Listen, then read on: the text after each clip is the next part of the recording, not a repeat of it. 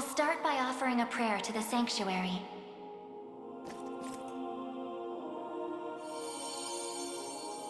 He who bears the ring of the unicorn, present its grandeur before me.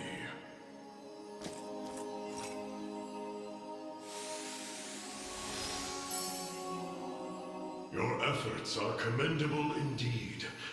I shall grant you my might, that Galerius's ambitions may at last be foiled. If you'll allow me a question first. Galerius asserts himself Emperor of the fallen Zenoiran Empire, but I wonder, do his claims ring true? They do. He is a man dangerous beyond all reason or belief. In truth, Zenoira's people were not born on Fevrith soil, but hail from another continent, beyond the Great Seas. I didn't realize there were lands outside our own. Their populace enjoyed countless years of peace and prosperity, ushered in by magical advancements of the highest order. Yet, after a contested succession sparked civil war, the very magic which once enhanced their lives now stole them away instead. And by the day Galerius emerged victorious, Zenoira was naught but barren wastes, inhabited chiefly by the corpses of the damned. Faced with such cold conclusion, most would have considered him a king absent a kingdom. Yet Galerius would not be denied his reign. Mustering what few pitiful subjects remained in the realm of the living, he set off to seize a new shore as his own, Fevrith. Then the ancient Zenoira we're familiar with was actually an invading army from a far-off continent. The modest fiefdoms which dotted Fevrith could but thrash and flail beneath Galerius's insurmountable might. Only Elheim, shielded by the boughs of the divine Ermelda, was spared utter decimation. If that same conqueror now blights our lands as well, can we assume General Valmor was possessed by his soul? I don't believe we can. An energy so ineffably evil likely derives from something else entirely. How do you mean? Were he merely revived through the rite of channeling, slaying the host would banish his soul back to the frigid gates of the beyond. Yet, to judge by the monstrous aura surrounding him, I fear the task far too great for such crude methodology. No matter the truth of it, Galerius must be stopped. And the power of cleansing housed within these walls shall hearten that pursuit. 'Tis yours, should you but accept it.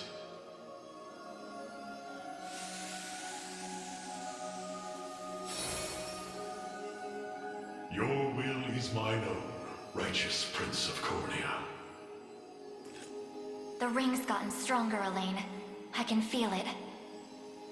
Ringbearer, the Sanctuaries of Fevrith further seek your call.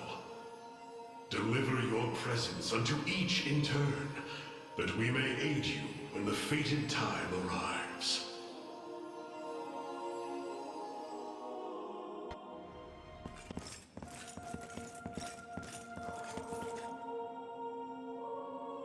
I'll start by offering a prayer to the Sanctuary.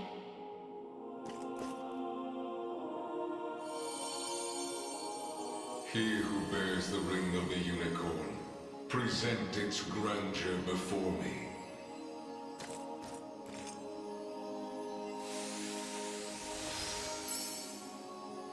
So the ring is restored at last. You have done well. If I may ask a question.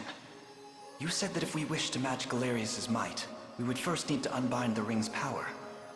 But I wonder, why did you bid us return here after? That I may bestow upon you the power of cleansing, accumulated within these walls over the passing of centuries.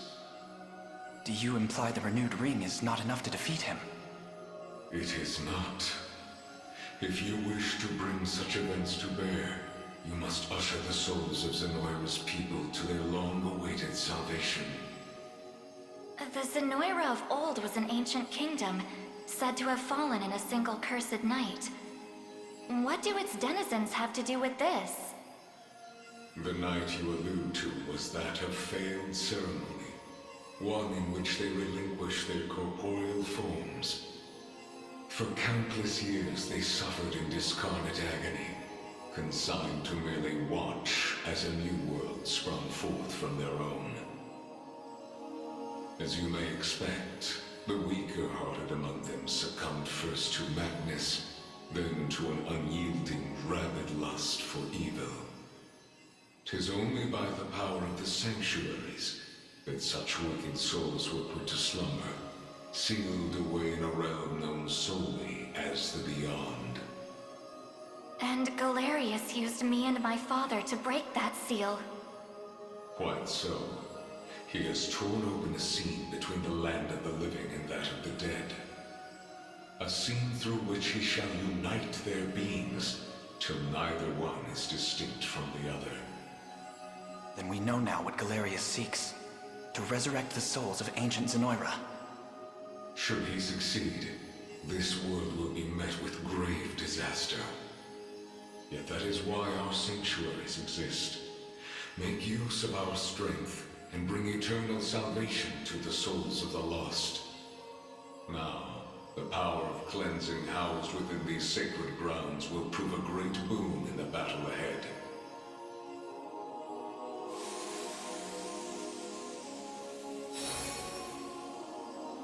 Your will is my own, righteous Prince of Cornea.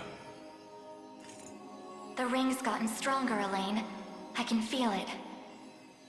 Ringbearer, the Sanctuaries of Fevrith further seek your call. Deliver your presence unto each in turn, that we may aid you when the fated time arrives.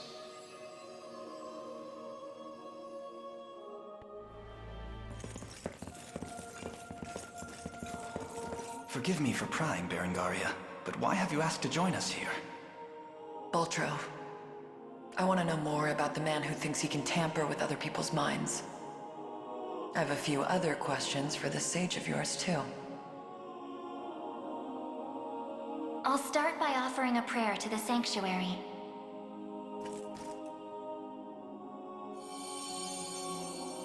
He who bears the ring of the unicorn, present its grandeur before me.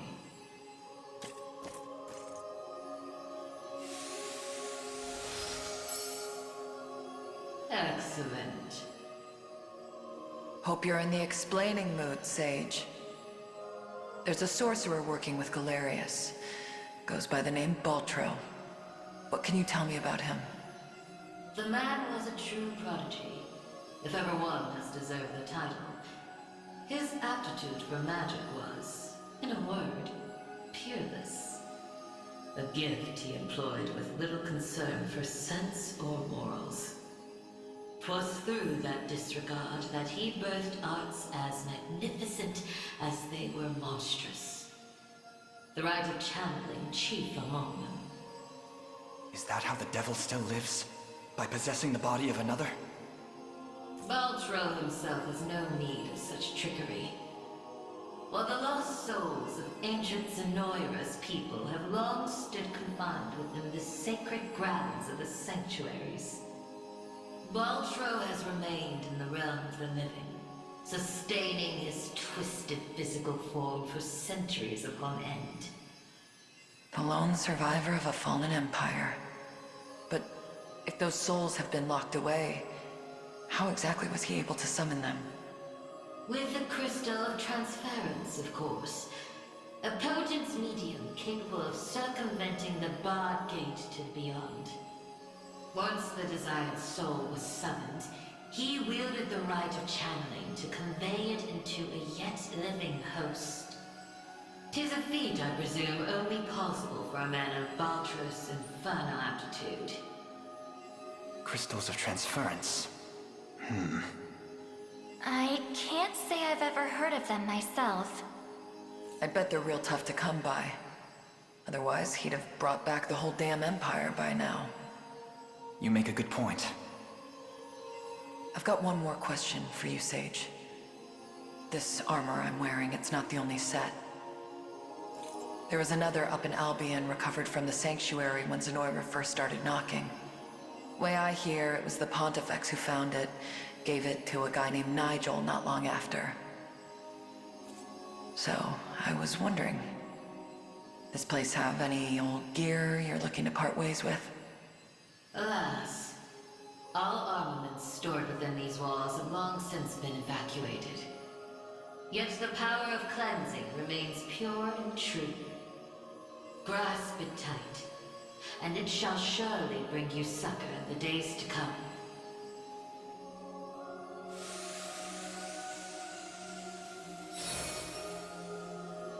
Your will is mine own, righteous Prince of Cornea. The ring's gotten stronger, Elaine. I can feel it.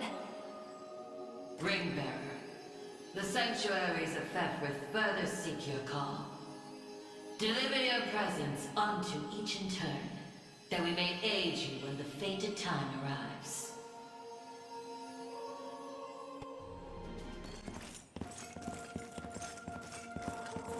Apologies for asking this of you, Elaine.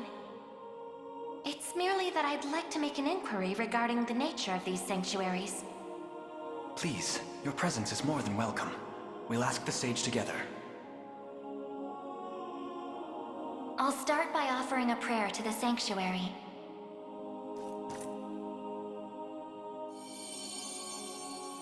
He who bears the ring of the unicorn, present its grandeur before me.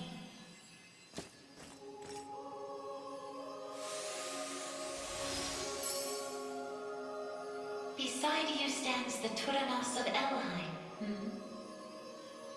The ring of the unicorn would remain ever bound were it not for you. Or for your ancestors, who conveyed the rite of covenant through a great many generations. For that, you have my utmost gratitude.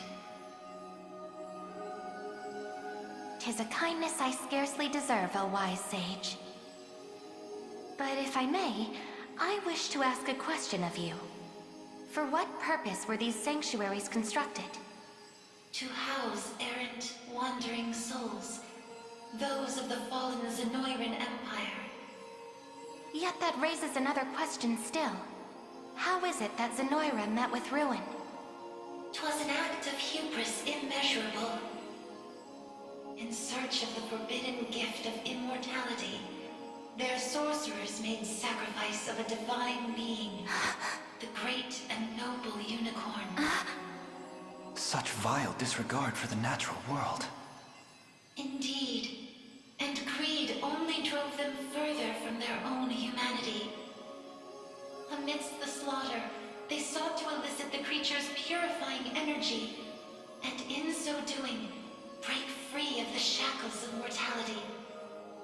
Yet the cleansing fires of the unicorn glow impossibly bright, violent in their rejection of vice and villainy.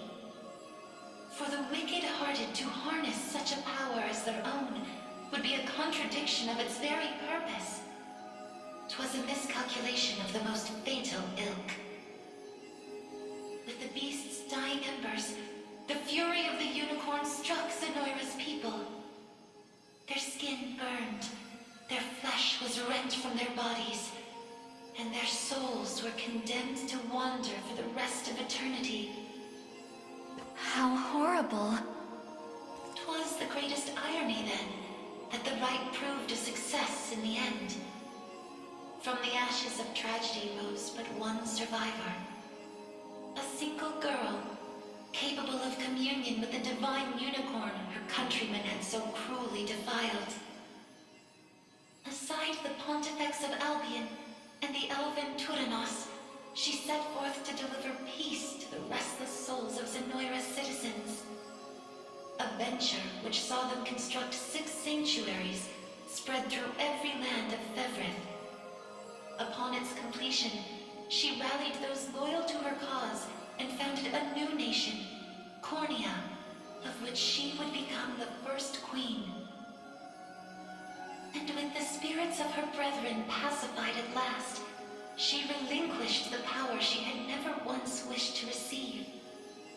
'Twas then that it was severed in twain, each half laid into a sacred relic, symbolic of her tale. The Ring of the Unicorn. And that of the maiden. Then the reason this ring answers to me alone is the royal blood flowing through my veins. Quite so. Your heart is that of the unicorn, fated to commune with a maiden true and fair.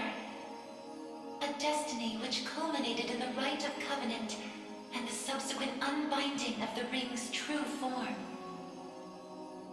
Now, the power of cleansing housed within these grounds will prove a great boon in the battle ahead. You need only accept its grace.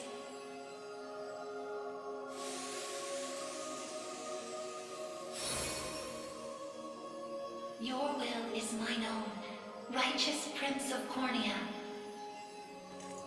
The ring's gotten stronger, Elaine. I can feel it. Ringbearer, the Sanctuaries of Fevrith further seek your call. Deliver your presence unto each in turn, that we may aid you when the fated time arrives.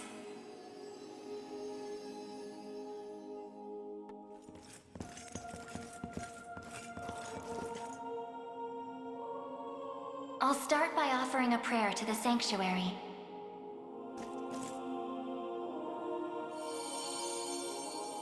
He who bears the ring of the unicorn, present its grandeur before me.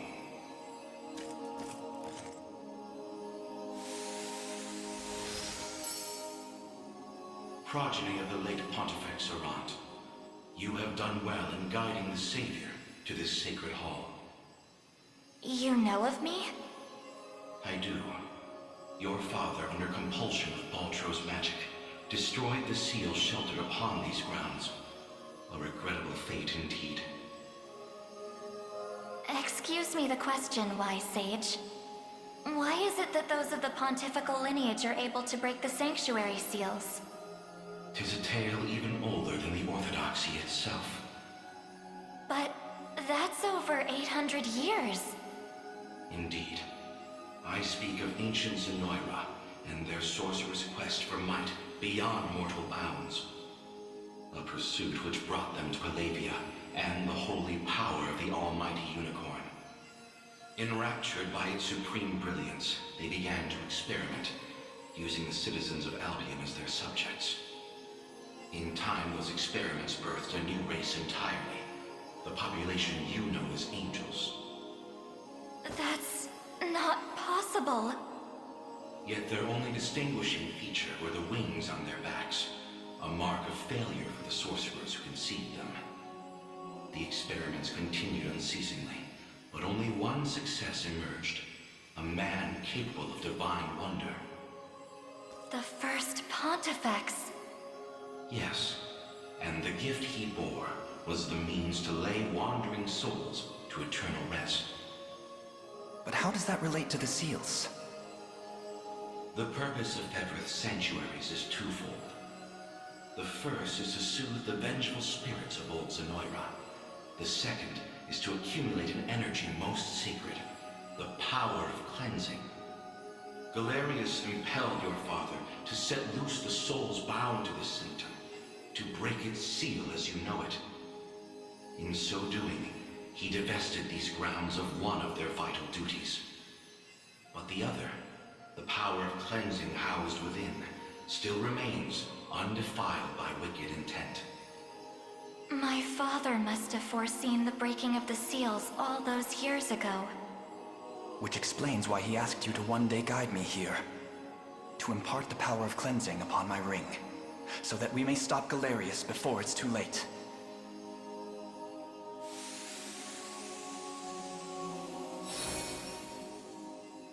Your will is mine own, righteous Prince of Cornea. The ring's gotten stronger, Elaine. I can feel it. Ringbearer, the Sanctuaries of Fevrith further seek your call. Deliver your presence unto each in turn, that we may aid you when the fated time arrives.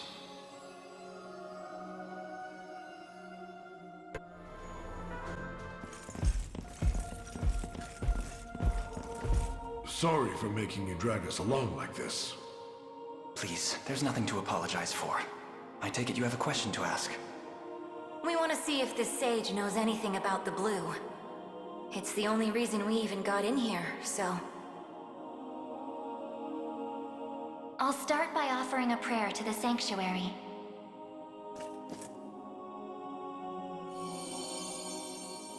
He who bears the ring of the unicorn, present its grandeur before me.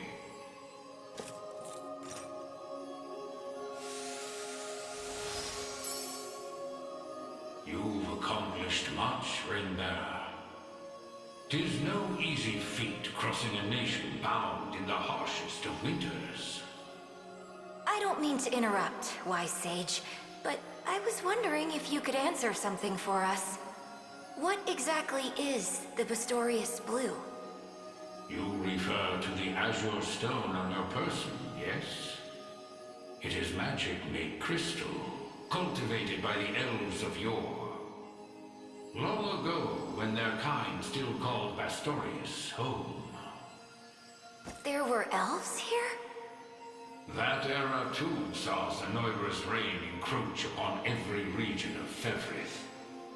The elves to the south, secure behind Ervelda's veil, espoused neutrality and insulated themselves in the forests of Elheim. Yet those in Bastorius did not possess such luxury. Instead, they forged a powerful crystal capable of transforming their bodies into those of colossal beasts. Astrals. But they could turn themselves back, right? Such a technique did exist, yes. Though, unfortunately, it has long been lost to the passage of time. Should have guessed as much. Still, Zenoira must have had some reason for wanting the stone so bad. Even though they didn't use their mind control to try and get it. I suspect you allude to the rite of channeling. As I understand it, Vestral physiology is far too distinct to house a human soul, making the rite a futile venture. In its place, they likely sought the crystal for its similar mastery over the hearts of your race. All in the grand hopes of bridling the same strength they failed to overcome so many years prior. Some story this thing's got. Now, we lack the time for further conversation. Allow me to imbue your ring with the power of cleansing. Use it well, and bring an end to Galerius's cruel ambitions.